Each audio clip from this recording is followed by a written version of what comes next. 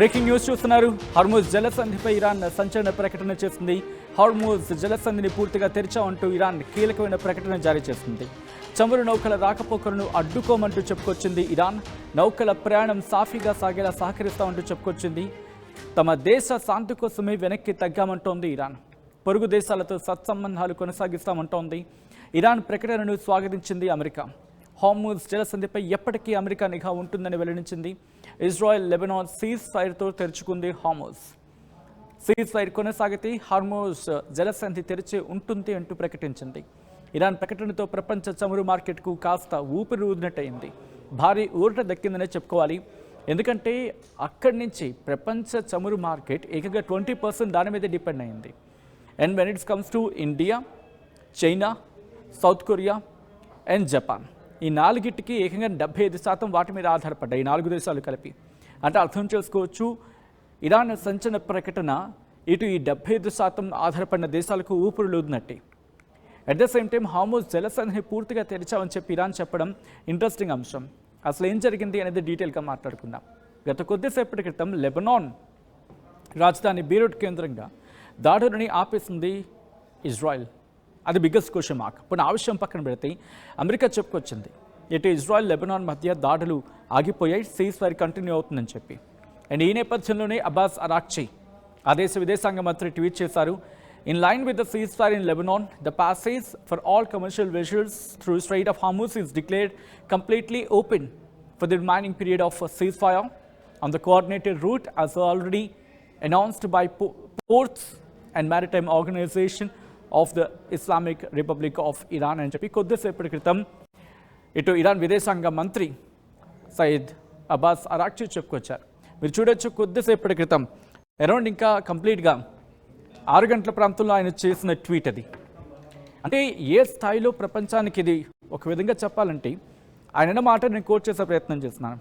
In line with the cease fire in Lebanon, the passage for all commercial vessels through strait of Hormuz is declared completely open for the remaining period of ceasefire. Ceasefire continue అయినంతకాలం తెరిచే ఉంటుంది. మీరు చూడొచ్చు, అక్కడ చిన్న లంకె పెట్టింది, అంటే లెబనాన్తో ceasefire కంటిన్యూ అయినంతకాలం ఉంటుందని చెప్పి. అయితే దీని మీద అమెరికా కూడా రియాక్ట్ అయింది. The straight of Hormuz is completely open and ready for business and full passage, but the naval blockade will remain in full force and effect as it pertains to Iran only until such time as our transactions with Iran is 100% complete. This process should go very quickly in that most of the points are already negotiated. Thank you for your attention to this matter, President Donald J. Trump.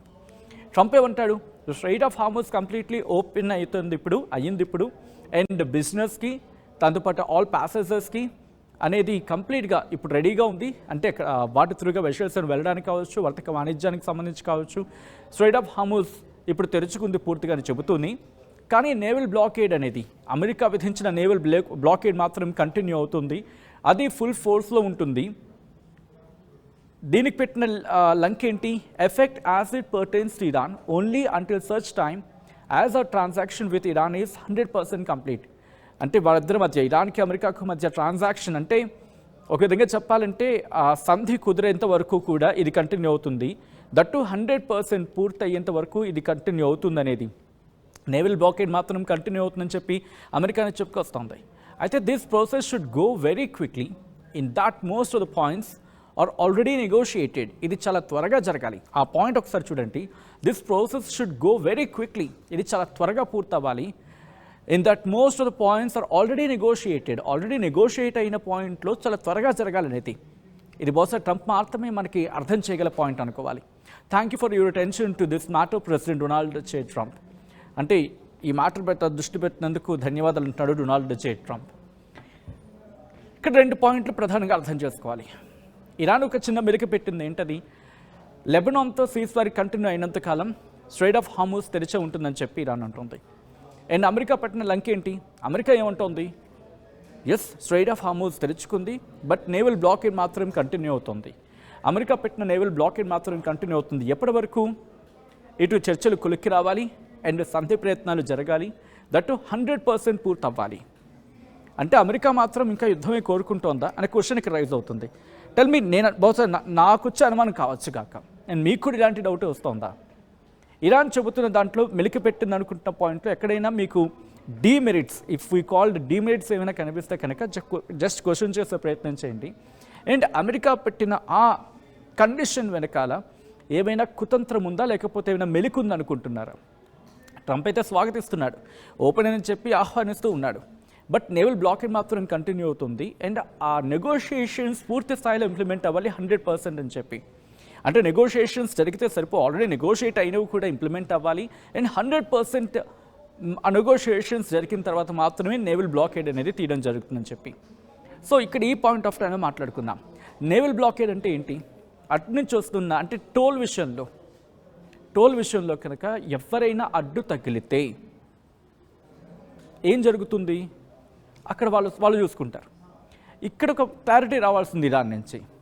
అటు నుంచి వచ్చే దాన్ని ఏమంటారు, toll ఉంటుంది కదా, ఈ toll కట్టేందుకు మిగిలిన దేశాలు సిద్ధమా, లేకపోతే ఇరాన్ టోల్ వసూలు చేస్తుందా, లేకపోతే టోల్ ఫ్రీ చేస్తుందా? టోల్ ఫ్రీ చేస్తే కనుక ఇష్యూ లేదు. టోల్ ఫ్రీ చేస్తే కనుక అమెరికా నేవల్ బ్లాకేడ్కి సంబంధం లేదు. బట్ టోల్ కనుక వసూలు చేస్తుందా? ఏ దేశం వెసల్ అయినా కూడా, ఇప్పటికైతే భారత్కి మినహాయింపు ఇచ్చింది, బహుశా చైనా కూడా ఆ కోవలోకి చెందినట్టుంది. సౌత్ కొరియాతో కూడా బహుశా అలాగే ఉంటుంది. అండ్ ఆబ్వియస్లీ జపాన్కి సంబంధించి మాట్లాడుకుంటున్న క్రమంలో కూడా. అయితే ఇక్కడ మాట్లాడుకుంటున్న సందర్భంలో ఏది బ్లాకేడ్ గురించి అమెరికా నేవీ ఏమంటుంది, ఏ దేశమైనా కూడా వీళ్ళకి టోల్ కట్టి బయటకు వస్తే కనుక వాళ్లకు సంబంధించి ఆ విషయాల్ని మేము బ్లాక్ చేస్తాం, లేకపోతే ఎలిమినేట్ చేస్తాం.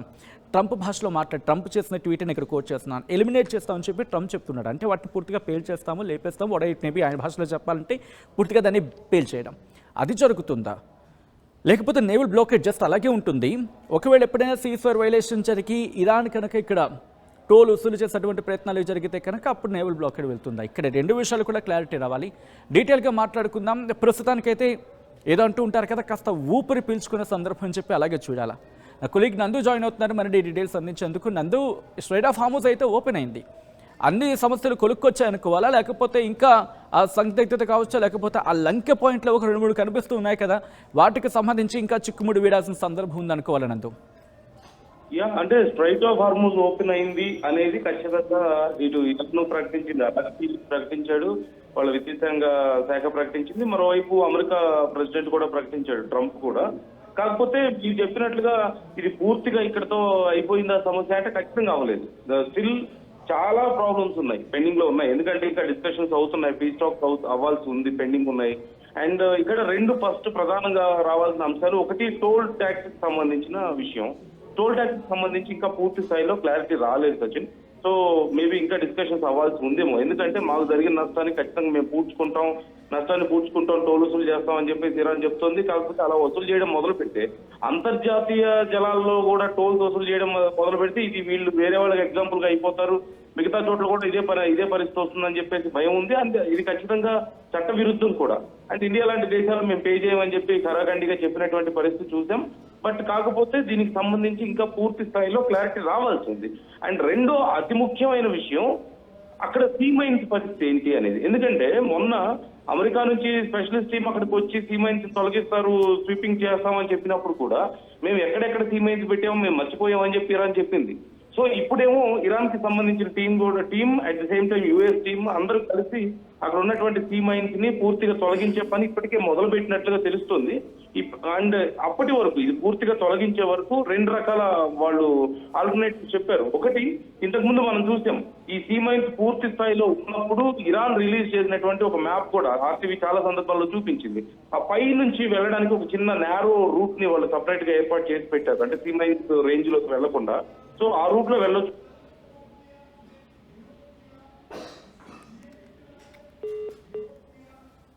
ఆల్ రైట్ నందు, థ్యాంక్స్ ఫర్ ద అప్డేట్. మొత్తంగా అయితే మాత్రం చమురు నౌకల రాకపోకలకు ఎటువంటి అడ్డంకి ఉండదని ఇరాన్ క్లారిటీ ఇస్తోంది. నౌకల ప్రయాణం సాఫీగా సాగేలా సహకరిస్తామంటోంది ఇరాన్. తమ దేశ శాంతి కోసమే వెనక్కి తగ్గామంటోంది ఇరాన్. పొరుగు దేశాలతో సత్సంబంధాలు కొనసాగిస్తామంటోంది. ఇరాన్ ప్రకటనను అమెరికా కూడా స్వాగతించింది. హార్మూజ్ జలసంధిపై ఎప్పటికీ అమెరికా నిఘా ఉంటుంది అంటూ కూడా లాస్ట్లో ట్విస్ట్ ఇచ్చింది ఇక్కడ అమెరికా. ఇజ్రాయెల్ లెబనాన్ సీజ్ఫైర్తో హార్మూజ్ జలసంధి తెరుచుకుంది. సీజ్ఫైర్ కొనసాగితే హార్మూజ్ జలసంధి తెరిచి ఉంటుంది అంటూ ప్రకటించడం ఇంట్రెస్టింగ్ అంశం.